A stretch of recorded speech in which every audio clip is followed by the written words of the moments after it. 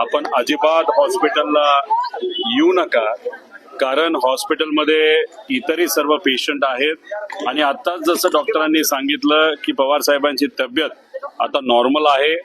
ICU मध्ये पवार साहेब नाही आहेत, एका प्रायव्हेट रूम मध्ये आहेत. आत्ताच त्यांच्याशी मी स्वतः चर्चा करून आलेलो आहे. त्यामुळे कुठेही काही घाबरण्यासारखं, टेन्शन घेण्यासारखं अजिबात नाही.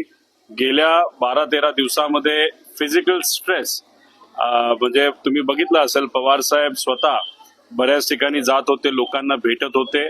त्याच्यामुळे थोडासा स्ट्रेस आलाय आणि आपण ज्याला कंजेशन म्हणतो म्हणजे कफ, हा थोडासा काही प्रमाणात तिथं झालेला आहे.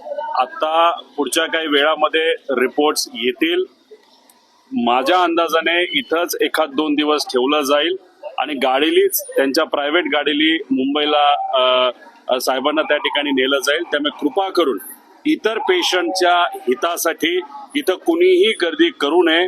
पवार साहेबांना कोणालाही त्या ठिकाणी भेटता येणार नाही, कारण का इथल्या हॉस्पिटलचा प्रोटोकॉल हा योग्य पद्धतीने फॉलो केला पाहिजे असं सुप्रियाताईंचं आणि आमच्या सर्वांचं